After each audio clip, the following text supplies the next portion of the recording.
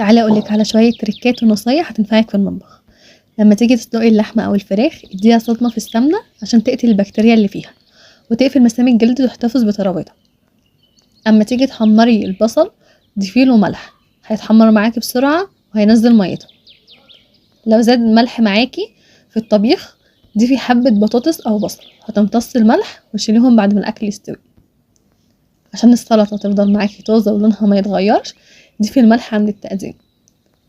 عشان تقللي امتصاص الاكل للزيت ضيفي معلقة خل في الزيت، هيقلل الامتصاص. عشان تزودي نكهة الشوربة ابشري البصلة، بلاش تقطعيها، ودعكيها بشوية ملح هتخليلك ريحة الاكل تهبل. الجزر في الشوربة بيزود من قيمتها وبيديها طعم ولون. القرص الطرية عجينيها بالمية هتخليها تطلع معاكي زي الافران. ولو حابة تزودي القيمة الغذائية يبقى لبن على مية، بلاش لبن